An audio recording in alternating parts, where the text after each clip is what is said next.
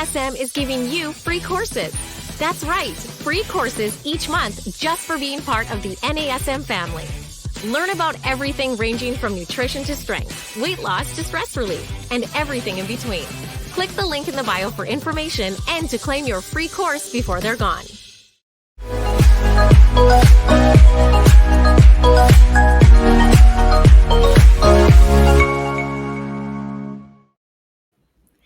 Hello, everyone. Welcome to another episode of Random Fit. I am Wendy Batts, and I'm here today with my friend, colleague, and co-host, Mr. Ken Miller. How are you today?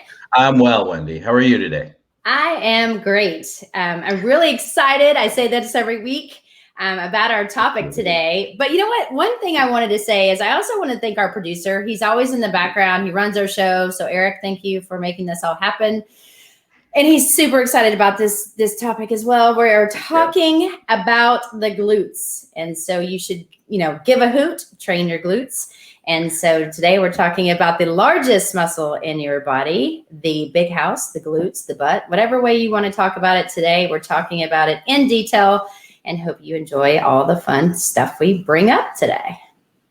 Yeah, we've got, it's an action-packed show.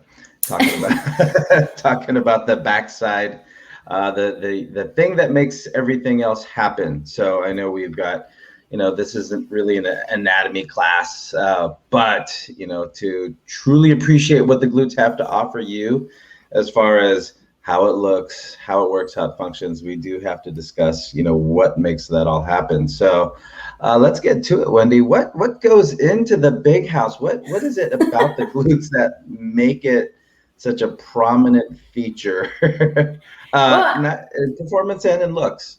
Well, I mean, that speaks for itself. When you've got a nice, perky glutes, people can tell, versus if you've got a flat pancake, look, there's a complete difference. Obviously too, you've got to think about when you walk and you bring your back leg back, the glutes are part of hip extension. And that just means when you're stepping back, the glutes play a significant role in that action. Plus, when you're doing lunging and you're squatting and you're doing, when you're running, the glutes have to work. If not, then we start to, and I think this is the big thing we wanted to talk about, is there's so many so many things that could go wrong. So you'll end up having pain in your hips. You'll have pain in your knees. You could have pain in your ankles, all because the glutes itself are not functioning the way that they're made to function. So, when we talk about lower extremity joints, or just basically joints in their lower body, if the glutes aren't working correctly, then we know we need to activate those along with doing some other corrective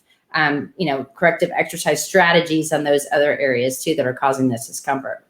Yeah, and the one thing about the hips, the glutes, posterior hip, is that even when I'm working with guys, right, male athletes, baseball players, golfers, what have you, and with the amount of attention that we spend in our sessions working on the hips, one of the things that inevitably comes up is, why am I working on my butt so much? I don't think I remember telling you that I wanted a bigger butt, but the thing about it is like it's like you're saying with what it does for joint mechanics, not just in the hip, but above it and below it.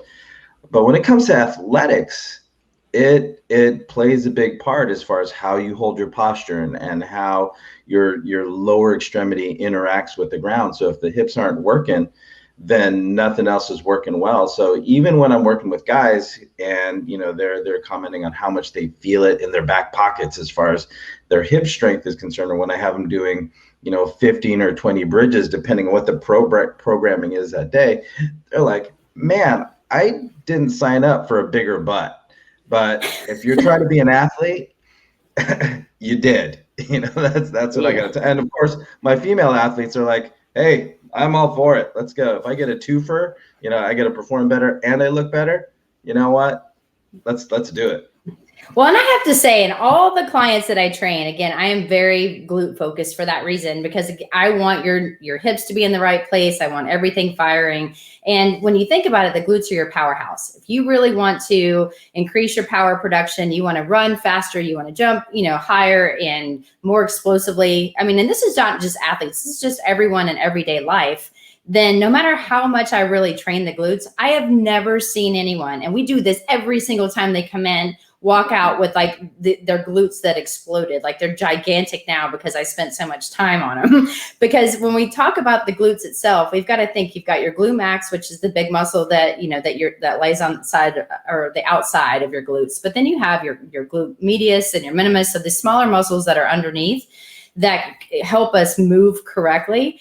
And if we get all of those firing on all cylinders, it's going to help us with power, but you're not necessarily going to grow your glutes really in size a ton to where, you know, all of a sudden you can't fit into your pants unless there's a lot more that goes into gaining size with your musculature. But if we're doing, you know, 12 to 15 reps, you're doing slow tempos, you really get these muscles to fire and activate them by doing specific exercises, which we will discuss, then it's not about, you know, how big you can get them. We just want them to work to their full potential. So you get to maximize everything that you're doing with every exercise that you're doing in the gym. Because I'm telling you, if you're working your core and you've got good positioning, your glutes are involved. Exactly. And, you know, to kind of ride along with it, and I think to kind of paint the bigger picture when it comes to the hips is that, you know, you have the glute medius max and the minimus that you just mentioned. And those three muscles basically come in different layers. Again, you have your deeper hip rotators that help the hip function, you know, more dynamically when it comes to what all that range of motion you have to control. But when you take those big three glute muscles, they're all oriented differently, right? Let's say, you know, the glute max kind of comes in a more diagonal fashion, the minimus and more horizontal, and the medius a little bit more vertical, but they're all oriented differently. And if you're listening to us here on the Random Fit podcast with me, Ken Miller and Wendy Batts, we're talking about the glutes and touching up on the anatomy of it all. They're all oriented differently. So guess what? You have to challenge the hip in different ways. So you just talked about how to change your tempo and your speed, you know, slow, high reps.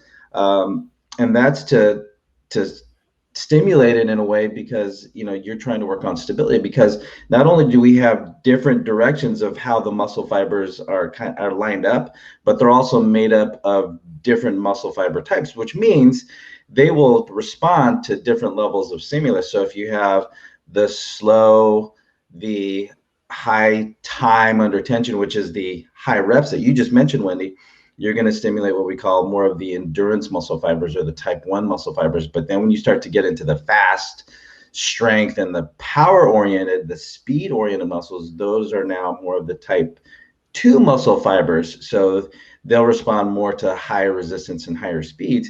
And because of the orientation to where, you know, the glutes are more 70% biased towards type 1 versus 30% therefore type 2, and there are different variations of that strength and power oriented muscle fiber types. So you have to, and a lot of people don't get this, you have to hit the glutes differently to get the different stimulus to really truly appreciate and get the most out of the glute complex. So because you have different layers, different fiber types, different directions, you got to do a lot to get the most out of them. So wait a minute. So are you telling me that if I just did squats for the rest of my life, that I'm really not maximizing my glutes? You are a one-dimensional glute user. Right? Yes. Yeah, and I think that is what is important. And I think also being a trainer, it's our job and responsibility to make sure that everyone is doing exercises correctly. But if you don't have a trainer and you've never had a trainer, and you notice that when you do something like squats or deadlifts or something like that, and you feel it in your lower back, that is so common when people are trying to work their glutes. And one thing, when you go to the gym, you want to train yourself in more of a progressive fashion. Start light. And that is the best thing that you can do. Start with the easier motions first to make sure that they really are activating to their full potential, and then start to do the heavier weighted exercises. And I think, Ken, with you talking about the different fibers and everything, I mean, that is super important if you're looking at it from an anatomy standpoint. If I'm just going to the gym and I want a better looking butt, I want to figure out the best ways to do that. And I think my number one recommendation would be to start with single joint, easy exercises such as a bridge, laying on the floor, getting into a sit-up position, lifting your hips up, and then slowly lowering it back down, making sure that you only feel it in your butt.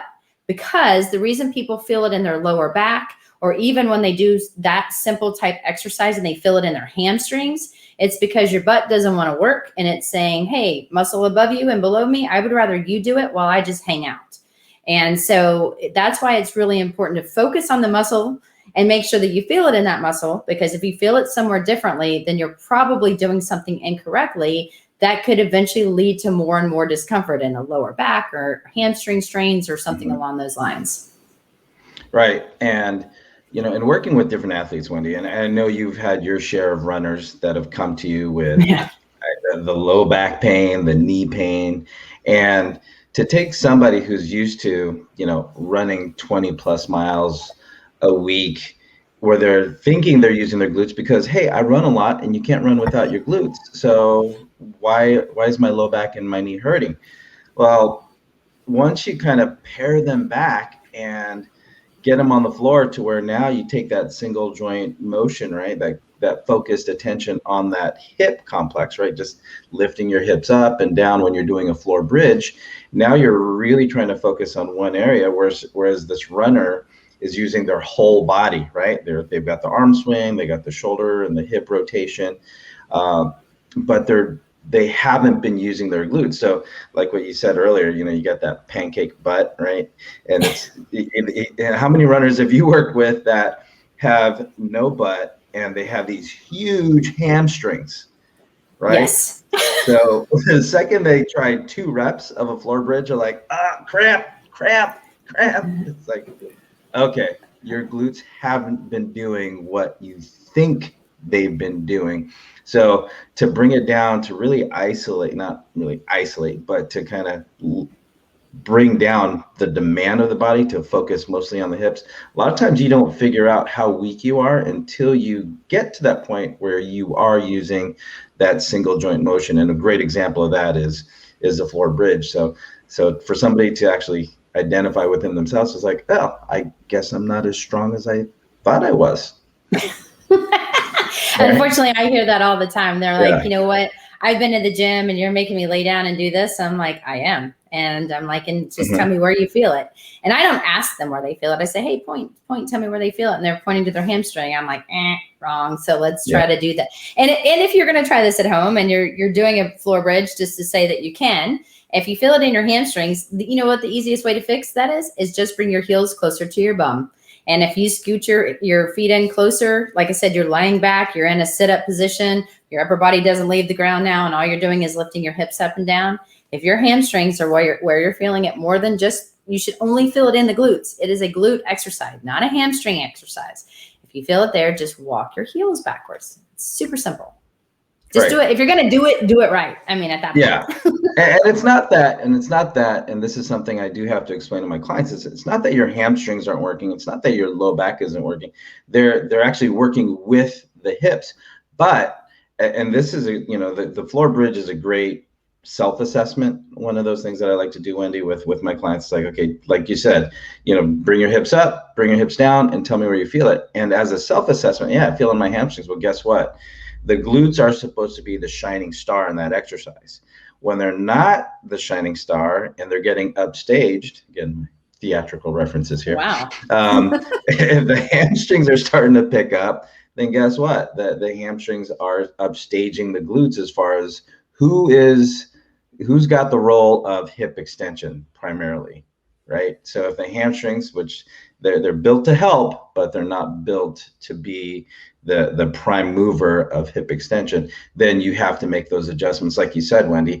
And even from a more regress standpoint, I'm sure you've had this as well. It's like, well, I move my heels closer to my hips and I'm still feeling in the hamstrings, or, heaven forbid, I'm feeling it in the low back now.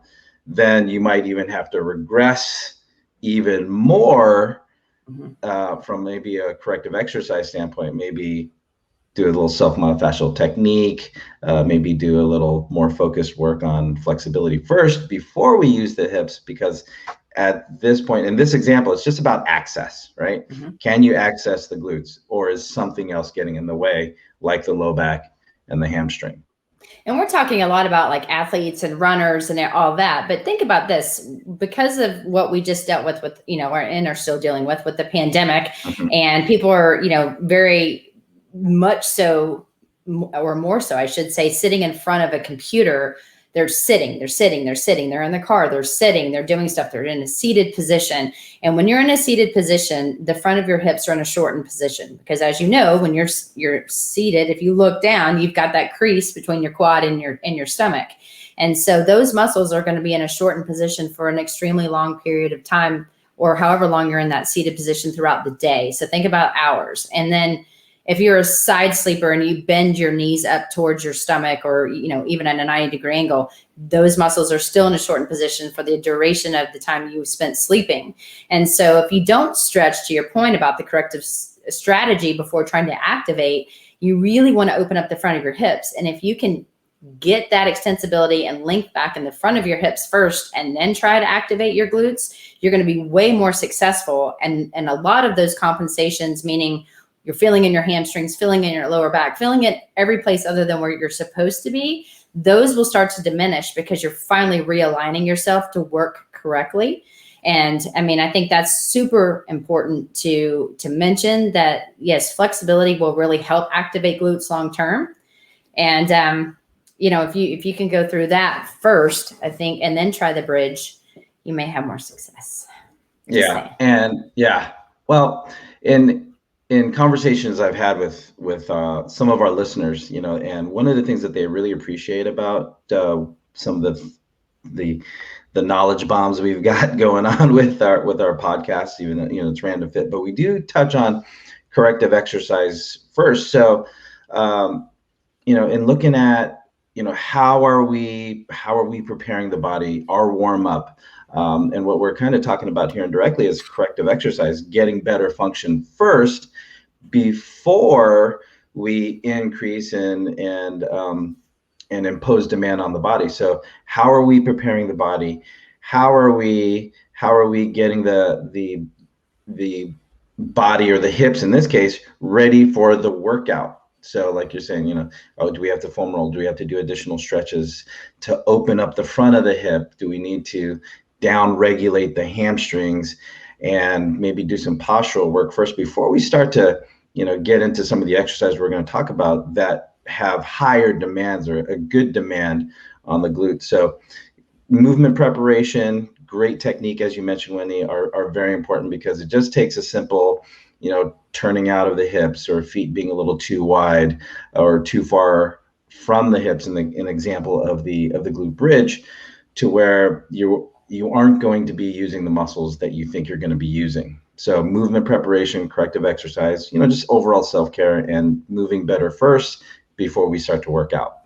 Yes. And if you're just joining us, we're talking about you should be giving a hoot and train your glutes. I am Wendy Batts with my co-host, Mr. Ken Miller. And I think you made a great point, Ken, talking about movement prep, if you will. However, I also want you to think about the fundamental movement patterns. And when we talk about that in our career, we're talking about specific ways that people move. And so those of you guys that really aren't familiar with that, doing things such as hinging, that's something that you have to do every day. When you bend over, you're hinging, or squatting. That's another fundamental movement. Squatting, hinging, walking. So looking at your gait, that's another really important fundamental movement pattern. And when you're looking at it all together and you think about the importance of movement, your hips, your glutes, everything are involved. And if your hips are not in a proper alignment because your glutes are not really working to their full potential, people get low back pain, and it's really, really painful. And unfortunately, you can foam roll, you can do certain things, but if you don't get your glutes to activate, then oftentimes people will go in and surgically have things done to their lower back, when in all reality, that movement prep by stretching the front, strengthening the back, can take the pressure and just the compression off of the lumbar spine, which is just the lower back. But Ken, I don't know about you, but I often hear people say, L4, L5, it's always L4, L5. And usually L4, L5 had an issue because the glutes didn't work. And it's painful knowing that there is usually, not always, because every body is different. And oftentimes I feel that surgery could have been avoided if there was proper alignment issues and activation things happening first. However, if you don't know that, you're going to go and get things fused or different things happening. And then you're going to end up having that struggle all the way throughout the rest of your life, because now you've got something fused or something not working the way that it was intended to work. Right. And I mean, and I know we're talking about the hips here, and with the low back being right there, like you said, L4, L5, sometimes I'll hear S1, L5 or L4, L3, somewhere in that region, something's happening. And somewhere in the L's. Somewhere in the L's, unfortunately. I mean, it's the one that takes the hit, right? If there's someone to blame, that's the area that gets the finger pointed at them.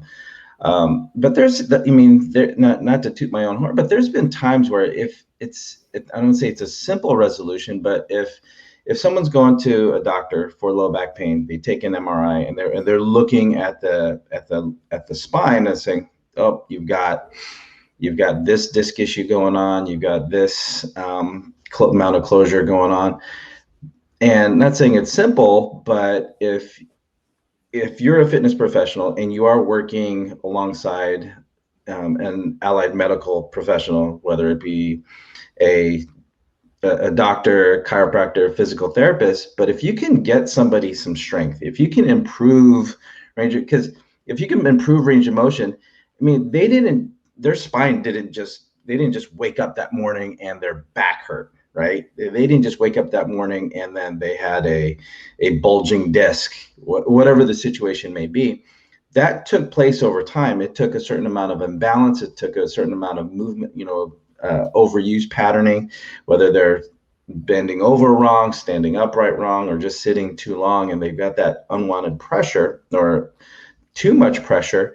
Well, sometimes if you got the help and some input from other people involved in your client's life, and you actually come up with a program to help the person move better, which often includes freeing up the hip, improving range of motion, getting more access to the stability, strength, and the power that you need out of your glutes, then a lot of times if you can get the tension and the pressure in the right place, in this case, the glutes, and less pressure in another area, in this example, the low back, then a lot of times these situations can be resolved without surgery. Now, I'm not saying avoid surgery at all costs. Sometimes it's inevitable. Sometimes it has to happen. But if you can give your client, and I've got a couple clients in mind right now, as far as, those that have been able to stave off surgery, or even maybe the type of surgery that they've had to have to where it's something little less, there's nothing minor about any surgery at all. But if you can have somebody have a less invasive or maybe an alternative resolution to their low back pain, and if one of those issues winds up being, or one of those solutions winds up being strengthening up the glutes, getting more mobility in the glutes, more stability in the glutes, then as somebody who's responsible for their own well-being, it's something to explore as far as, okay, well, what strengthening, stability, and power exercises could I do to avoid pain, for one, right? Give myself the structural integrity to avoid pain, but also live the life I want to live. And I think ultimately, these are the answers that everybody needs to ask for themselves. Yes. And I think this is kind of a sidebar, me and my sidebars here. A bunch of sidebars here today. If people start to have tingling, or they feel like they have sciatic issues, or like they feel this shooting pain down their leg, try to have, there's no contraindications always, try to have them foam roll their piriformis, which those of you guys that don't know that, it's just the muscle that's on the outer upper butt cheek, if you will. And you're going to know it if it's tender. But if you can sit on that and loosen up that piriformis muscle and then activate your glutes too, it is amazing how quickly, sometimes, not always, but how sometimes that can actually help someone if they do it every day, give themselves a week. No one's going to like to foam roll it. It hurts. However, it's very, very good. Plus, then teach them to stand with their toes straight. If you can teach them to stand with their toes straight, it will deactivate or I don't want to say deactivate because that's not what I mean, but you're going to actually take some of the pressure off of that overactivity of the piriformis and then get your glute max to fire. Because again, when you walk, you should be using that more than your piriformis. So if you have low back, you have these like sciatic issues and stuff, look at your toes. Are they pointed out? If so, straighten them up. If you want to try to get the pressure off, foam roll that area, then do some of the exercises that we're going to talk about next. So can we keep talking about the glutes? We keep talking about all these things about stabilization, strength, and power, blah, blah, blah, blah, blah. Yeah.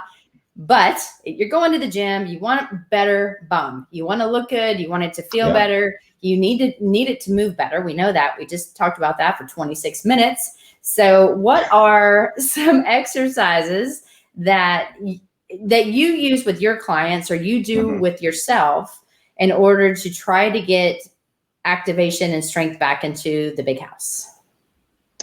Well, the major one that you brought up already is the floor bridge, right? Or the glute bridge, as it may also be known as. But those are some of the basics. And like you said, I mean, we have to hip hinge. So if I'm standing over the sink washing dishes, I am bent over the sink, right? Brushing my teeth, I'm bent over the sink. So we have to be able to hinge. Again, that's not a very big hinge, but if I have to pick up something off of the floor, I'm hinging at the hip. And this is one of those exercises that definitely incorporates the hinging of the hip. As we go from, your back flat, knees are flexed, feet are flat on the ground, and you're just raising your hips to the ceiling. You're going through hip extension, but you are lowering yourself into a hip hinge position. So the floor bridge is one of the go-tos. Again, it is pretty dynamic when you have to think about all the things that you have to coordinate with hip, knee, toe alignment, having a nice straight spine. So you need to maintain a good neutral spine. So with the floor bridge, again, we've mentioned this throughout the podcast so far as an example of one of the key exercises you can do to activate the glutes. But there's a lot more going to that bridge than people realize. So keeping a nice spine, keeping good lower body alignment, but also feeling it in the back pockets, as I like to say, versus the hamstring or the low back winds up being, something that your clients can immediately feel to know that they're doing the exercise correctly. Well, I think too, when you keep saying bend over to brush your teeth, bend over to do that, I mean, technically you're doing a deadlift as well. So to start, when you're talking about the bridge, you're laying flat on your back. So you're taking kind of gravity out of, having to balance your upper body against gravity because you're just lying flat and you're really working your hips towards gravity. But I think the deadlift is super important to talk about because it is a hip hinge. It is an exercise people do at the gym. And unfortunately, it can really harm you if you're not careful, because people, when they deadlift, like to lift heavy. And just make sure you get the fundamental mechanics correctly first.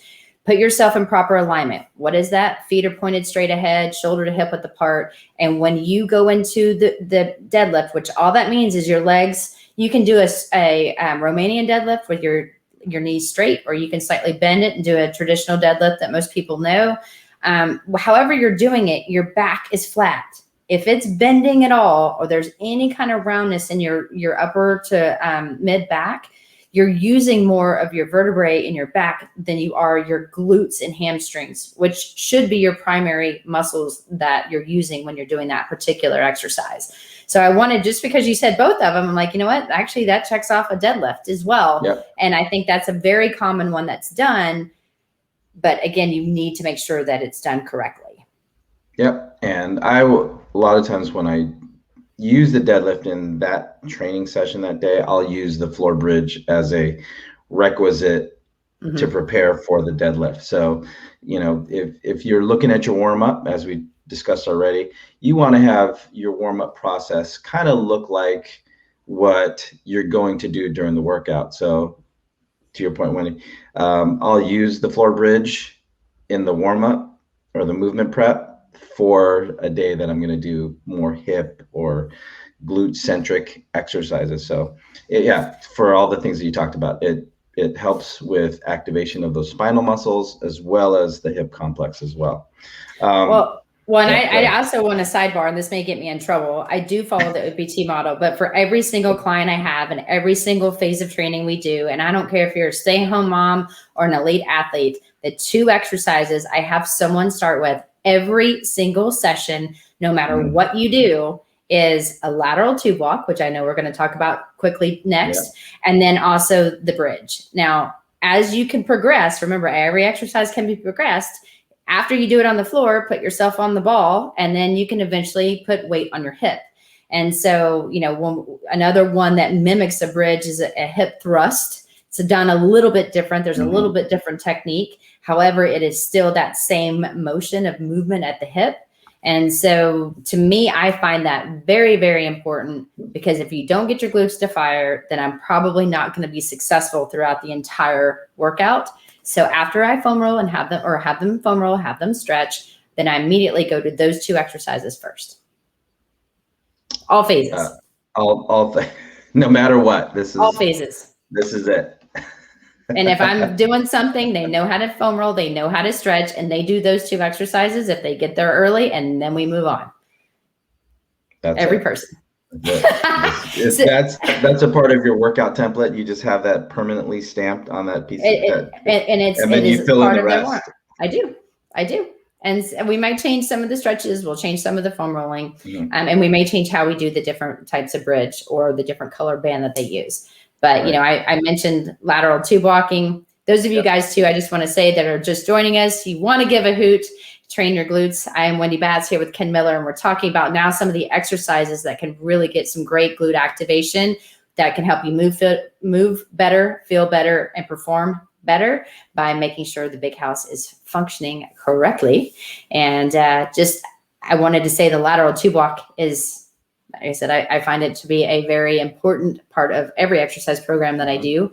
And so I'll have someone put a mini band around their ankles. They can do it around their knees. And then eventually, to make it more challenging, I have them put it on the outside of their feet, underneath the arches of their feet.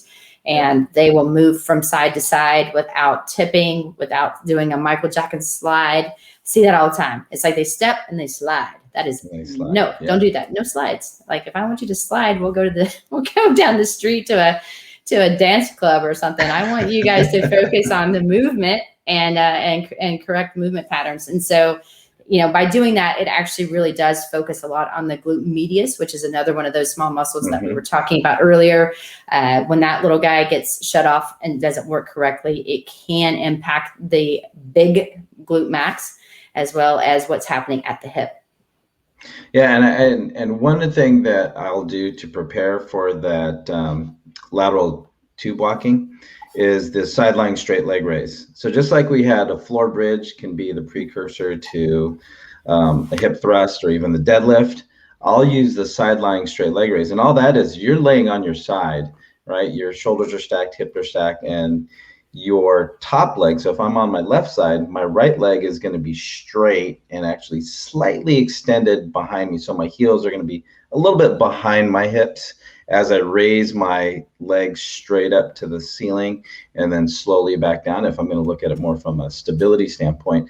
So I'll do a sideline straight leg raise, and as a progression from that, now as I get somebody off the floor and integrated and standing up, now I'll start to do what you just said, Wendy, is I'll do banded lateral tube walking.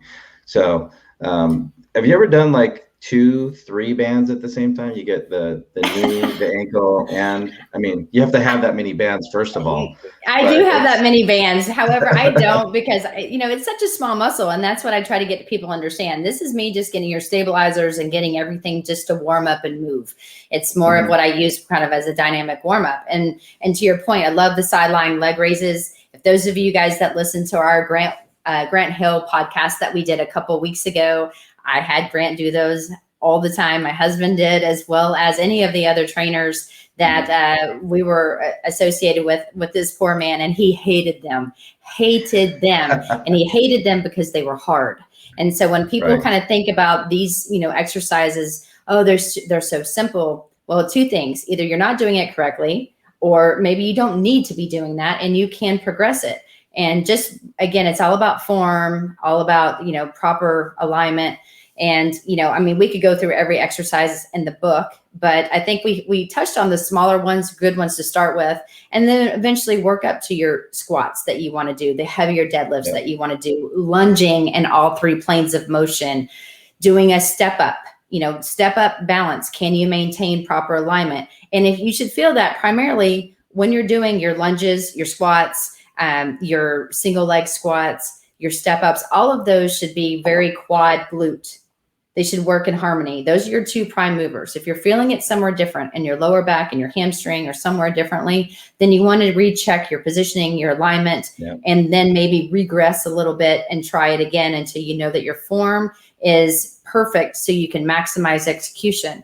Because we've talked about this multiple times. Bad information in is going to lead to a bad outcome. And so you always want to focus on your movements in the gym, especially when it's loaded. So therefore you feel better later on and you didn't injure or harm or put stress on a joint that shouldn't have been affected at all.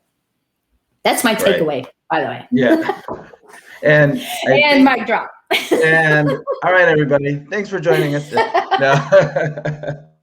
But I think, if I were to kind of put this all, because this is a lot, in this short podcast, there's a lot of information, especially about the hips. But I think, the one thing that I try to have all my athletes or clients walk away with is that, okay, the glute complex is complex, right? As far as how it's built, its orientation of the muscle fibers, the types of muscle fibers. So you need to challenge it from different directions. So we mentioned floor work, we mentioned standing work, we mentioned band work. Now you can get into, box work where you're changing elevation and coming up.